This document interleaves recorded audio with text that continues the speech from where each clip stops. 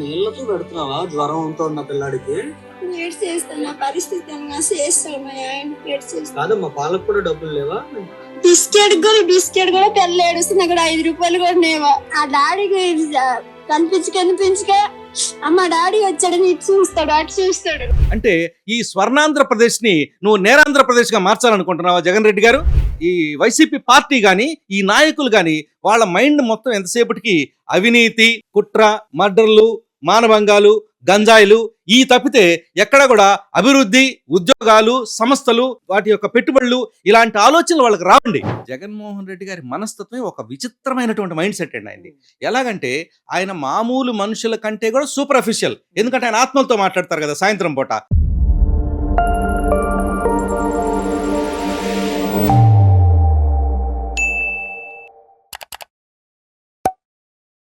నారాయణరావు గారు, ఈ మధ్యకాలంలో చూస్తా ఉన్నాం మాజీ ముఖ్యమంత్రి జగన్మోహన్ రెడ్డి గారు వ్యవహరిస్తున్నటువంటి శైలి రాష్ట్ర వ్యాప్తంగా చర్చాంశనీయంగా మారింది. ఎవరైతే క్రిమినల్ కేసులు ఉన్నటువంటి వ్యక్తులు, పోక్సో కేసులు ఉన్నటువంటి వ్యక్తులు, ఎవరైతే నేర జరుగుతున్నటువంటి వ్యక్తులు చేస్తున్నటువంటి తప్పులు, ప్రభుత్వం తీసుకున్నటువంటి చర్యలపైన వాళ్ళకి ఏం తెలుసు, గంజాయి తాగిన 20 సంవత్సరాలు 23 సంవత్సరాల పిల్లగాలు ఏదో తెలిసి తెలియక చేశారని చెప్తా ఉన్నాడు. యాక్సిడెంట్ చేసి చంపేసిన 18 సంవత్సరాల పిల్లగాలు తెలిసి తెలియక చేశారని చెప్తా ఉన్నారు. ఇది ప్రస్తుతం రాష్ట్రంలో చర్చాంశనీయంగా మారినటువంటి అంశం. అంటే నిజంగా మైనర్లు లేదంటే 23 సంవత్సరాల లోపు ఉన్నటువంటి పిల్లలు చేస్తే తప్పు కాదంటారా? అందరికీ జై శ్రీరామ్.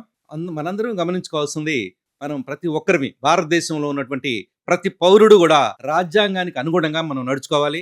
రాజ్యాంగానికి, న్యాయానికి, చట్టానికి లోబడి మనం జీవించాలి. అది మన వయసు ఎంత, మనదే పదవి, మనదే కులం, ఏ మతం అనేది ఇంపార్టెంట్ కానే కాదు. ఇందులో మన ఎవరైతే గౌరవనీయులైనటువంటి మాజీ ముఖ్యమంత్రి వర్యులు జగన్ రెడ్డి గారు ఉన్నారో ఆయన ఈ విషయాలన్నీ మర్చిపోయారు. ఆయనకి ఏమైందంటే షార్ట్ టర్మ్ గజనీలాగా అయిపోయాడు, మెమరీ పోయిందని. ఆయన ఏం చేస్తున్నారు, ప్రతి చిన్న విషయానికి కూడా, ప్రతి దానికి కూడా ఆయన ఉపయోగించే ఏకైక పదవి ఏంటంటే చిన్న పిల్లోడే కదా అని. అంటే చిన్న పిల్లోడు అంటే ఏదో చాక్లెట్లు, పప్పర్మెంట్లు దొంగతనం చేస్తారయ్యా. మర్డర్లు, మానభంగాలు, రేపులు, గంజాయిలు, మత్తు మందులు ఇవన్నీ చేయరు జగన్ రెడ్డి గారు. గుర్తుపెట్టుకోండి ఆ విషయం.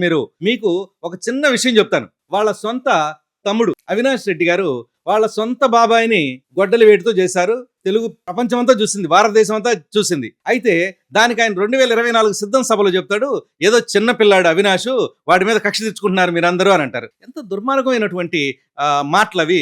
ఒక ముఖ్యమంత్రి మాట్లాడాల్సిన మాటలేనావి ఒకసారి మీరు గమనించండి. మీరు అసలు ఈ ఆంధ్ర రాష్ట్రానికి, యువకులకి మీరు ఏం సందేశం ఇవ్వాలనుకుంటున్నారు? అంటే ఈ స్వర్ణాంధ్రప్రదేశ్ ని నువ్వు నేరాంధ్రప్రదేశ్ గా మార్చాలనుకుంటున్నావా జగన్ రెడ్డి గారు? మీరు ఈ విషయాన్ని ప్రజలు కూడా గమనించాలి.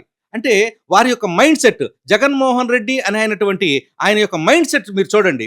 ఆయన గవర్నమెంట్ ఉన్నప్పుడేమో ఒక ఎంపీని ఏదో గవర్నమెంట్ కి వ్యతిరేకంగా మాట్లాడాడని, అంటే ఒక సాలిడ్ రీజన్ తోటి మాట్లాడితే ఆయన తీసుకెళ్లి కస్టోడియల్ టార్చర్ చేశారు. నేనేమంటానంటే, మీకు జగన్మోహన్ రెడ్డి గారు అధికారం ఉన్నప్పుడు ఎలా ఉంటాడు, అధికారం పోయాక ఎలా ఉంటాడో మీకు చెప్పాలని నేను ట్రై చేస్తున్నాను. ఆయన అధికారం ఉన్నప్పుడు వాళ్ళ సొంత పార్టీ ఎంపీ రాజధాని గురించి ఏదో అనుకూలంగా మాట్లాడాడని ఆయన్ని తీసుకెళ్లి కస్టోడియల్ టార్చర్ చేసి నానాకి హింస పెట్టావు. అదే టైంలో ఎవరైతే మీకు అమర్నాథ్ గౌడ్ అని కావల్ దగ్గర వాళ్ళ సిస్టర్ని ఎవరో ఆకతాయిలు గొడవ చేస్తే వాడిని చంపేస్తే కనీసం నువ్వు పరామర్శ కూడా వెళ్ళా. వాడు చిన్నపిల్లాడంటే, అంతేగాని 40-50 ఏళ్ళు ఉన్నటువంటి మీ తమ్ముడు కాదు. మళ్ళీ ఈ మధ్య మీరు ఇంకోటి విజయవాడలో చూశారు. విజయవాడలో గమనిస్తే మీకు ఆ కుర్రాడి మీద 23 కేసులు ఉన్నాయి. ఆయన వయసు 22. ఏం కేసులు అవి? పోస్కో, మర్డర్, గంజాయి, మత్తుమందు, ఈ డ్రగ్ పెడ్లర్, ఇన్ని కేసులు ఉన్నాయి. ఇన్ని కేసులు ఉన్నాయన్ని అరెస్ట్ చేయకూడదంట, ఆయన ఏం చేయకూడదంట. ఏంటంటే ఏం చెప్తున్నారు మీరు సమాజానికి? అసలు ఈ యువతని ఏం చేయాలని మీరు తెలుగు రాష్ట్రాలని ఇలాంటి వాళ్ళని మనం ఎన్నుకుంటే ఈ ఆంధ్రప్రదేశ్ నేరాంధ్రప్రదేశ్ గా మారుతుంది. మీకు మొదటి నుంచి కూడా మేము ఏపీ సాధు పరిషత్ తరఫున తెలుగు ప్రజలందరికీ కూడా విన్నవించుకుంటుంది ఏంటంటే, జగన్మోహన్ రెడ్డి గాని, ఏదైతే ఈ వైసీపీ పార్టీ గాని, ఈ నాయకులు గాని, వాళ్ళ మైండ్ మొత్తం ఎంతసేపటికి అవినీతి, కుట్ర, మర్డర్లు, మానభంగాలు, గంజాయిలు ఈ తప్పితే ఎక్కడ కూడా అభివృద్ధి, ఉద్యోగాలు, సంస్థలు, వాటి యొక్క పెట్టుబడులు ఇలాంటి ఆలోచనలు వాళ్ళకి రావండి. ఎందుకంటే వస్తే వాళ్ళు వైసీపీ ఎందుకు అవుతారు, ఆయన జగన్మోహన్ రెడ్డి ఎందుకు అవుతాడు మీరు గమనించండి. ఇంకొకటి చూస్తే రీసెంట్ గా 2 days బ్యాక్ మాజీ మంత్రి సీదిరి అప్పలరాజు గారి అబ్బాయి 18 years ఆయన డ్రైవింగ్ చేస్తూ ఒక ఆయన్ని గుద్ది చంపేశాడండి. అలాంటి గుద్ది చంపేస్తే నువ్వు ఒక బాధ్యత కలిగినటువంటి మాజీ ముఖ్యమంత్రిగా, ఒక బాధ్యత కలిగినటువంటి పార్టీ అధ్యక్షుడిగా, ఒక బాధ్యత కలిగినటువంటి ఎమ్మెల్యేగా నువ్వేం చేయాలి? వాళ్ళని పరామర్శించి ఈ అబ్బాయిని తీసుకెళ్లి చట్టానికి లొంగిపోమని చెప్పాలి. అలాంటివి చెప్పకుండా మీరు వాళ్ళకేం చెప్తున్నారు? చిన్నపిల్లాడు, తెలియ గుద్దేశాడు అని అంటున్నాడు. మీరు ఇక్కడ గమనించండి, అసలు ఒక్క సెకండ్ మీరు కానీ చూస్తే పాపం ఆయన ఎవరైతే చనిపోయాడో వాళ్ళ పిల్లలు ఎంత చిన్న పిల్లలో చూడండి, మీరు గమనించండి ఎంత చిన్న పిల్లలో చూడండి, అంత చిన్న పిల్లలండి, అంత చిన్న పిల్లాడు. వీళ్ళు చిన్న పిల్లల విక్టిమ్స్, వీళ్ళని పరామర్శించే బాధ్యత నీకు లేదా?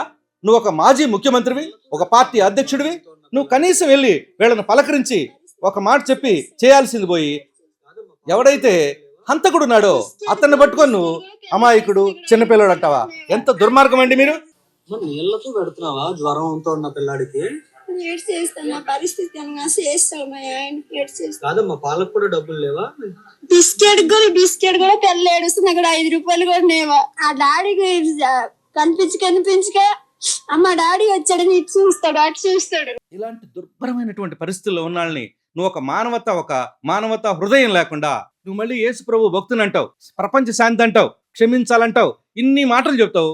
ఇలాంటి పనులు కనీసం వెళ్ళి వాళ్ళని పరామర్శించి తప్పు జరిగింది ఇక్కడ, నువ్వు నీవాడైనా పరాయుడైనా తప్పు జరిగినప్పుడు ఒక మాజీ ముఖ్యమంత్రిగా నువ్వు ఖండించి వాళ్ళని చట్టాన్ని లొంగిపొమ్మని చెప్పాల్సింది పోయి వాళ్ళని వెనకేసుకొని వస్తావా? కుటుంబ పరిస్థితి కనుక మనం గమనిస్తే పాలు కొనుక్కోవడానికి కూడా డబ్బు లేనటువంటి పరిస్థితి, బిస్కెట్ ప్యాకెట్ కూడా కొనుక్కోవడానికి డబ్బు లేనటువంటి పరిస్థితుల్లో అంటే ఆ పార్టీకి సంబంధించినటువంటి నేత వల్ల ఈ రోజు ఆ కుటుంబం రోడ్డు మీదకి వస్తే ఆ పార్టీ కానివ్వండి, ఆ నేతలు కానీ ఆ కుటుంబానికి అండగా ఉండి జరిగినటువంటి తప్పుకి బాధ్యత వహించాల్సింది పోయి ఆ కుటుంబాన్ని ఇప్పటికీ ఆ అబ్బాయి రోడ్డు మీద పడేస్తే ఆ పార్టీ కూడా రోడ్డు మీద పడేసినటువంటి పరిస్థితులు. అంటే ఒక రాజకీయ పార్టీగా ఒక మానవత ఉన్నటువంటి వ్యక్తులుగా చేయాల్సినటువంటి పనులేనా ఇవన్నీ? మీరు ఒకటేనండి, మీరు గమనిస్తే జగన్మోహన్ రెడ్డి గారి మనస్తత్వం ఒక విచిత్రమైనటువంటి మైండ్ సెట్ అండి ఆయనది. ఎలాగంటే ఆయన మామూలు మనుషుల కంటే కూడా సూపర్ అఫిషియల్, ఎందుకంటే ఆయన ఆత్మలతో మాట్లాడతారు కదా సాయంత్రం పూట. అందువల్ల ఏంటంటే ఆయనకి ఇలాంటి ఈ మానవత్వం, కన్నీరు, పేదవారు ఇలాంటివన్నీ ఆయనకి నచ్చవు. ఆయన అసలు చూడ్డు వాళ్ళ గల్లి. మీరు కావాలంటే ఇదే ఎగ్జాంపుల్. ఇంకొకటి, మీరు ఆయన గవర్నమెంట్ జరిగేటప్పుడు నెల్లూరు జిల్లా కావల్లో ఒక అమర్నాథ్ గౌడ్ అని కుర్రాన్ని చంపేశారు. ఏంటి రీజను?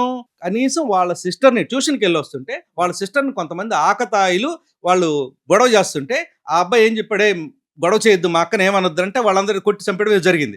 కనీసం నువ్వు పరామర్శకైనా వెళ్ళావు? అంటే అతను 11 ఏళ్ల కుర్రోడు చిన్నపిల్లోడు కాదు. వీళ్ళు ఎద్దుల్లాగా ఉన్నటువంటి 18 ఏళ్ళోళ్ళు, 20 ఏళ్ళోళ్ళు, 50 ఏళ్ళోళ్ళు మాత్రం చిన్నపిల్లలు, పసిపిల్లలు. ఏం న్యాయం జగన్మోహన్ రెడ్డి గారు? కనీసం కొంచెమన్నా ఒక మానవతా హృదయంతో మీరు ప్రవర్తిస్తే భవిష్యత్తులో మీకు రాజకీయంగా ఉపయోగపడుతుంది. తప్పితే ఇలాంటివి చేయడం వల్ల మీరు చాలా చాలా చాలా ఇన్హ్యూమన్గా ప్రవర్తిస్తున్నారు. ఆయన ఉద్దేశం ఏంటంటే ఈ రాష్ట్రం శాంతి భద్రతతో ప్రశాంతంగా ఉండకూడదు.